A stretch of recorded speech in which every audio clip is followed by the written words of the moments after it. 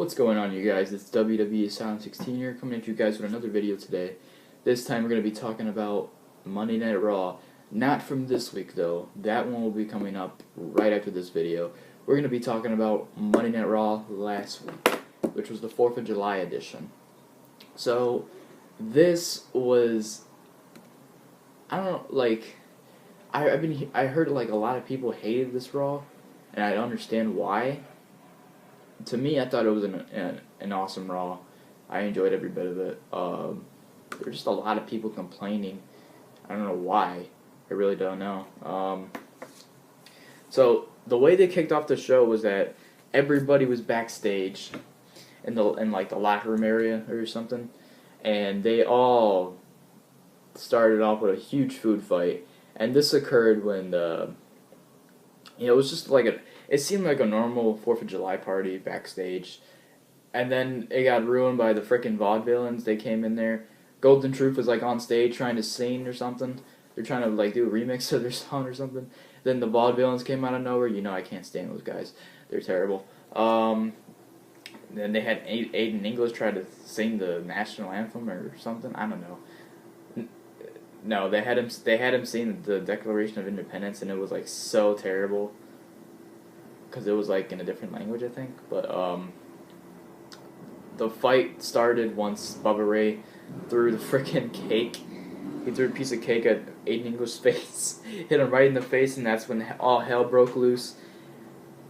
But it didn't start there until The Miz came out with Maurice, and he's like, "I'm not gonna have another 4th of July party ruined by another food fight. I'm not gonna have one of these parties on Raw ruined by another food fight." And then, oh my god, and then it was so funny. So I don't remember who it was, but somebody squirted like chocolate syrup in his face or something. It was hilarious. And the look on Miz's face, he was like, so priceless. And then someone threw a piece of cake at Maurice. I think that was Kalisto. Oh my god, that was so funny. And then that's when all hell broke loose. Everybody started throwing food everywhere. Funniest thing I've seen in a while. Oh my god, it was such a mess backstage. The two funniest parts about this segment, actually there was three. The three funniest parts about this segment was one, Kevin Owens didn't want anything to do with this food fight, so he did something like a little spoiled kid would. He grabbed the Lay's chips and he went under the table and started eating them. Priceless, so funny. Oh my god, Kevin Owens is such a comedian. Wow. The guy never fails to make us laugh. He's such a comedian. Wow. The second thing that happened was they had Apollo Crews and Cesaro in an arm wrestling contest. They were doing the little arm wrestling contest, even though they were getting food thrown at them. They didn't even care. They just wanted to see who won, who was stronger. And it seems like they never got to finish it. Cesaro looking like a badass. He's still wearing his suit. He's got like cake on the top of his head, on the top of his bald head. It was so funny. They acted like no one was there, and they were just doing their little arm wrestling contest. It was so funny. And then the third thing that happened that was pretty funny too was when Kalisto, he accidentally threw something at Big Show, and then Big Show he tried to hit Kalisto, but he hit Kane instead. And then that's when these two tried to choke each other out.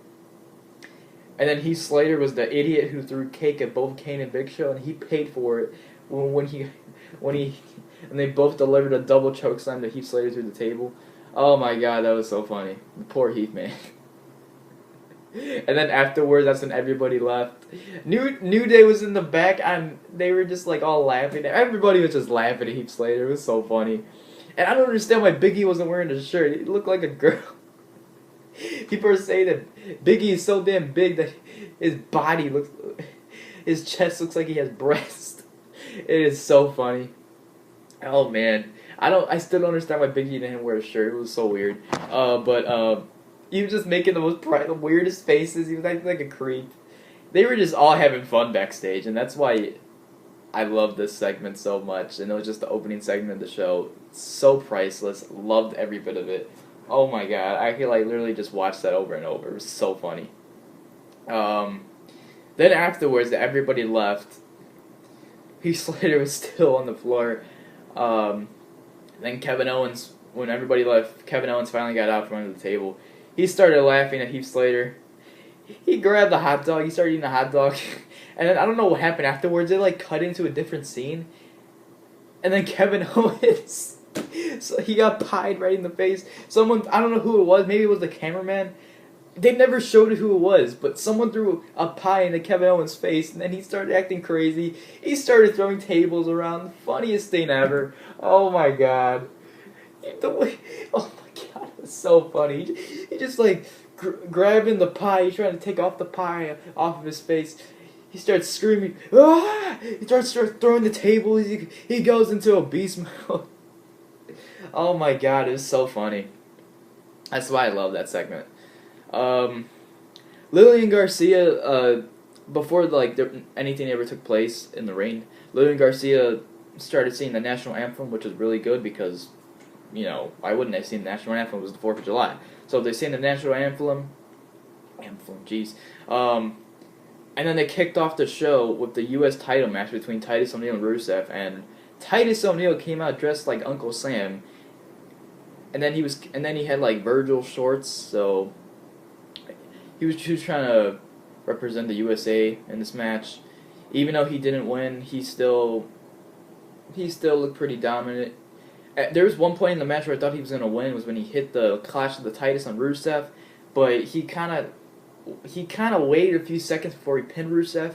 If he wouldn't have waited those few seconds, he probably would have won the title. But Rusev ended up winning with the Accolade.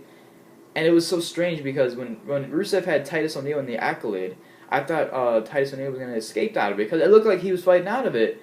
But then like all of a sudden, no, he just passes out. And then Rusev retains. And then Rusev starts talking trash about America. And that's the end of that segment. So I don't understand.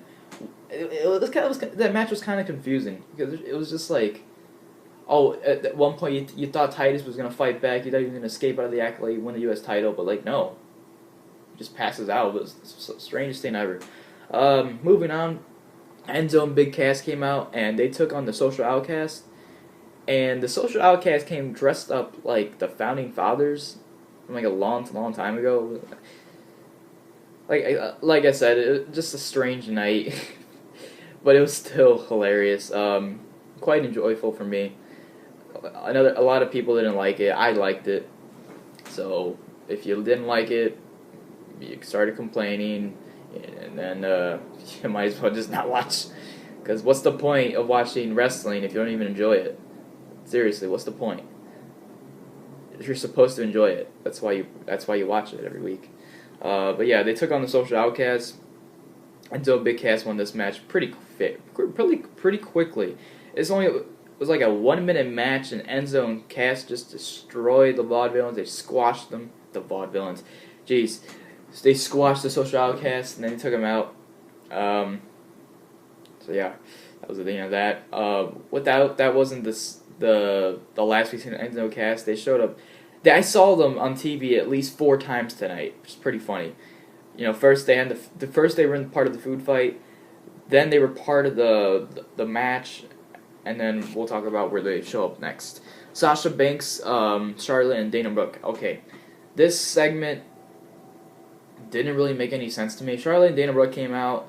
They started talking trash, and then Charlotte talked about how dominant of a women's champion she is, saying that like the boss is nothing compared to the queen or something.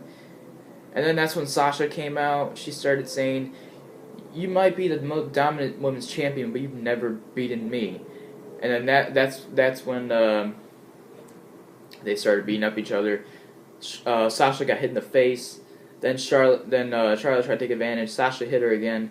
Then Sasha caught her with the bank statement, and then Dana Brooke pulled her out of the ring. And I don't know what they're aiming towards here. Maybe they're aiming towards like a women's title match or something. A battleground, who knows? I honestly, I would like to see this match more at SummerSlam. I don't know. Maybe they might do something else. We'll see. So now we move on to the champion versus champion match between the WWE champion Dean Ambrose and the Intercontinental champion The Miz.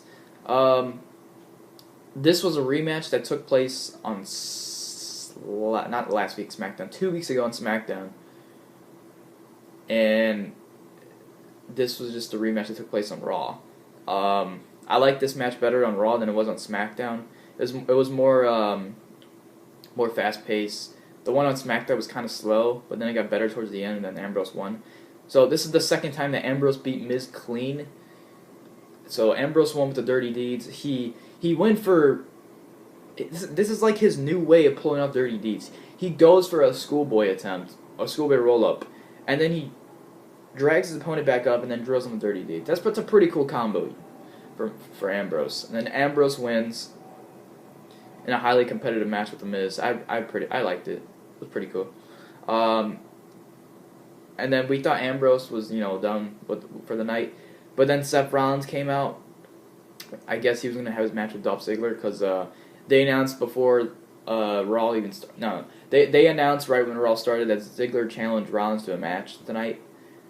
So I thought Rollins was coming out to like, I don't know, congratulate Ambrose on his win or something.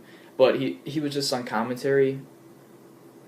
I mean, my bad. Ambrose was on commentary for this match. He was going to leave and go back to the locker room area, but then when Rollins' music hit, as he took on Ziggler, Ambrose went on commentary. Ambrose is such a goof, man. The things he does in the ring and outside the ring is so funny. I swear. Rollins is walking down the ramp trying to make his entrance. He sees Ambrose. Ambrose starts walking up towards him. And then as Rollins is going towards the ring, Ambrose slaps his ass. He's like, as a way of good luck tonight. It was so funny. Rollins looked so confused. I started laughing my ass off. It was so funny. And then Ambrose, he thought about it for a second. He's like, oh, should I stay here or should I go in the back? And then he came back towards the ring. His music started playing again for some reason. And then he entered the ring, looked like he was going to go after Rollins, and then he just trolled Rollins, went outside the ring. Then he went on commentary. But it was so funny because he, instead of joining the actual commentary team, he went for the Spanish commentary team. He started speaking Spanish. He called Rollins a dog, which is a perro. It was so funny. And then he was talking about how he's going to retain at Battleground. He's taking care of Roman Reigns and Seth Rollins at Battleground in Spanish. And then when the match started, that's when he moved on to the main commentary team. But this segment just had me laughing throughout the entire thing. Like, Dean Ambrose is one of the funniest guys I've ever seen before in the WWE. Literally, he's an absolute god on the microphone. He makes the best jokes. He likes to troll around with his opponents a lot. He likes to play mind games. He is just freaking entertaining. That's why I love this guy. Oh my god, that's why I've been a fan of his, and I've been a fan of Rollins and Reigns ever since they debuted in the Shield. Rollins is my second favorite, Reigns is my third favorite, but my number one favorite is the Ambrose because he's just a troll. He is such a troll. So funny. So Rollins took on Ziggler, and this was a pretty good match too. I don't know if it was a little better than Miz and Ambrose, but I liked this match too. There was a point in the match where I thought Ziggler was going to win. He hit the super kick on Rollins, but then Rollins kicked out, and then Rollins hit the pedigree. Rollins picks up the win afterwards.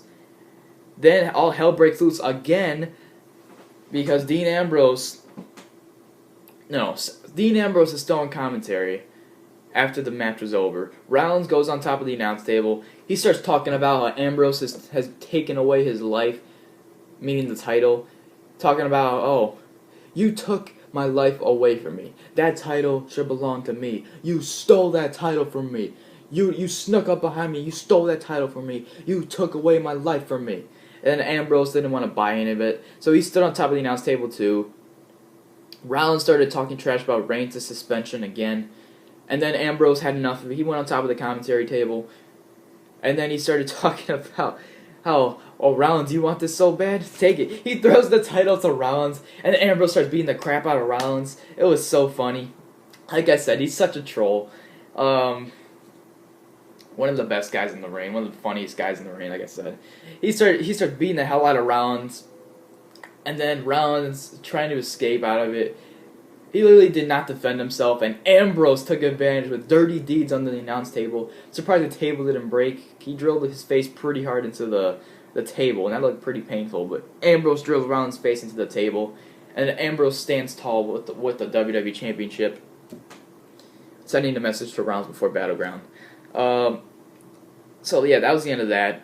That was probably like two of my favorite segments of the night, besides the food fight. So far I liked was the huge food fight at the beginning of the show, then Ambrose versus The Miz, and then Rollins versus Ziggler. Those were like some of my favorite segments of the night. There's more. We'll get to them now. So afterwards, they had the Wyatt family talk about the New Day. Now these two stables, they've been just like, talking trash about each other for weeks now. New Day started this whole thing when the Wyatt family came back on Raw, and then that's when New Day came out, and yeah, they just been feuding since. They haven't really gotten to anything like crazy lately. All they've been doing is just talking trash about each other. They haven't like gotten physical yet. So the Wyatt family, they invite the New Day to their compound. So I don't know what to expect of that. Maybe there'd be like a fight or something. I don't know. So yeah, that was just like a teaser, sort of like what to expect from maybe next week's Raw or something. I don't know. So after that, they had Vicky Guerrero come out, and she started talking about how she should run SmackDown Live once the draft starts. And the thing I didn't understand about this segment was, one, why was Vicky back? And two, why were people saying that Kurt Angle was going to return? I could kind of understand. I could kind of see their point why Angle should return because it's the 4th of July, but still, why would he return? I get he was a former SmackDown general manager, but I really didn't see him return. It would have been really sick to see his return. Don't get me wrong, I would have loved to see Angle back, especially for a SmackDown general manager. But still, it just made no sense to me that people would say that. And then Vicky, they just been teasing this for weeks for SmackDown general managers. They're talking about like who should be the one in charge of SmackDown Live once the draft starts. Like first they had Teddy Long come back, then they had John Laurinaitis come back, and now they got Vicky Guerrero. Like what is gonna happen? Who's gonna be running SmackDown? That's what we all gotta find out. Hopefully we find out before the brand split starts. Okay. Yeah, so Vicky, she starts talking trash, like I said. Then she gets thrown out by security, which is pretty funny. Then they had this match between the Golden Truth and the Vaudevillains. Nothing really special. It was just more like a match to, like, fill up the show, I guess, so you could get to the main event. Then they had Enzo and Big Cass again. Like I said, this was like the third time I've seen them tonight. So this was like a little, I wouldn't say it was a food commercial, but they had like their Sonic food in the back, and they were talking about like the $5 Sonic boombox. It's pretty funny. And Enzo comes in with a lunchbox and the lunchbox says, "How you doing?" It was so funny. And then he started talking about started talking about the food and like the way he does his promos. And then he started talking about, "Oh, look what we have here. A cup of taters. Kind of like how he says a couple haters. A cup of taters. It's so funny. Oh, man. Then Big Cass was like, "What the hell are you talking about?" He didn't say that, but I think in his head he probably was like, "What the hell are you talking about, Enzo?" And then he started making fun of Enzo, saying like, "Oh, dude, did your mom pack your lunch for you?" and then Enzo was talking about, after he said the couple of taters thing. You know how Big Cass says the SAWFT soft thing? Enzo's try to do the same thing with the food. He's like, "Oh, I know how to spell that out for you. D-E licious." And then Big Cass was like, "That's close enough." And that's when the segment ended. It's so funny. So funny. Becky Lynch fought off against Summer Rae. This was just, like I said, another match to just fill up the card and to get into the main event. Okay, now we get into the main event. So Becky Lynch won her match, so who cares? Now we get into the main event. This is a 16-man elimination tag team match This is probably one of the biggest matches they had on Raw in a long time. Uh, so before they had Team USA, um, they had before the match even took place, they had both teams in the back talking about strategies, talking about how they're going to win this match, talking about how they're going to get on the same page. Big Show was the leader of Team USA, and he recruited everybody to say, Team USA or USA, you get the point. The funny part about the other team, though, was that it was Jericho. Jericho was trying to get his team to be on the same page.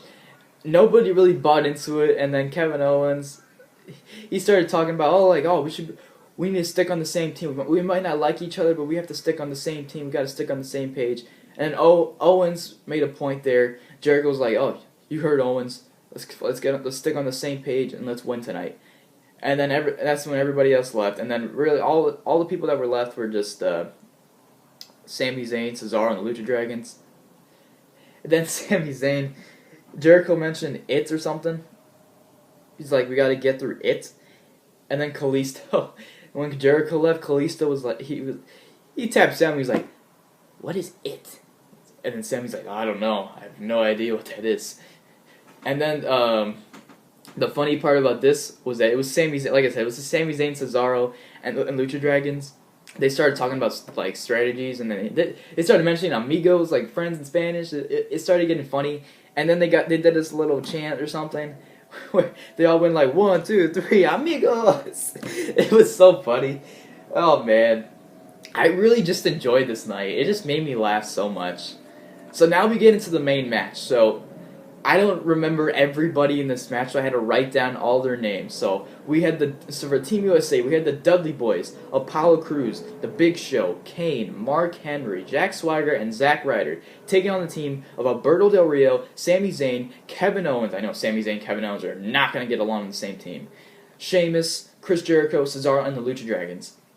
I really, really enjoyed this match. I always like to enjoy the main event as much as possible, especially when it's a huge tag team match like this. Even if it's elimination, I still love to enjoy the damn thing. It was so much fun to watch this match. There was just a lot of things going on. Team USA, they really, really got on the same page. However, the other team, the Multinational Alliance is what they're called, because they were just all representing different countries and stuff. And the way they came out, they didn't come out with their theme song. They came out like with the theme song of their country. So yeah, they didn't really have the team Multinational Alliance on the same page. Sami Zayn and Kevin Owens, they started beating the hell out of each other. Jericho and Cesaro, they didn't really get along. Jericho pushed Cesaro and stuff. That's when it started getting crazy. Del Rio, I think he started beating up Sheamus or something. And then really, the only people that got along here was just like Lucha Dragons, Cesaro, and Sami Zayn, just the four guys that are in the back. But literally everybody was taken out of this match one by one. First, it was like started off with the Dudley Boys. Then it was with the Lucha Dragons. Then it was with Apollo Crews. Then it was with Swagger. Then I think it was with Jericho. Then Jericho was taken out, and then Del Rio, and then Mark Henry. Like, it was just one by one. Everybody was taken out. But yeah, I really enjoyed this match. In the end, the final men that were on the team it was basically a 2-on-1 handicap match. It was the Big Show and Zack Ryder taking on Sheamus. This ended with Team USA winning when Big Show caught Sheamus. It looks like he was going to chokeslam him from the ring apron, but then he threw Sheamus right into Zack Ryder. Zack Ryder hit not the broski boot. He hit the Rough Rider. Zack Ryder won the match for Team USA. Ryder and Big Show celebrated, and then they ended Raw with the flag coming down in the center of the ring. That was really cool to see. It was really cool to see Team USA win on the 4th of July, because I think people would have been disappointed if Team USA didn't win, especially on America's birthday. So yeah, it was so much fun tonight. I really enjoyed that episode of Raw. I don't understand why people hated it so much. I really enjoyed it. It made me laugh so much. That's one of the episodes of Raw we gotta have like almost every week. I really enjoyed it. So tell me, how did you guys feel about the 4th of July episode of Raw? Because I really enjoyed it. You know, they really pull off all the stops here. The food fight was amazing. Ambrose versus Miz was an amazing match. Rollins versus Ziggler was amazing. The little Sonic Boom segment with Enzo and Big Cass, that was hilarious. And then, of course, the main event. I really loved it. Really enjoyed it. And I loved how they had, instead of having the ropes all white like they normally do, they had it red, white, and blue for the USA. I really enjoyed it this night. So let me know what you guys think of Raw. Did you enjoy it? Did you hate it? And if you did, let me know why. I need to know. I really want to know if you guys enjoyed this episode or not. So I thank you guys for watching this review. Please like this video, leave a comment, subscribe for more, and I will see you soon with the next Raw review.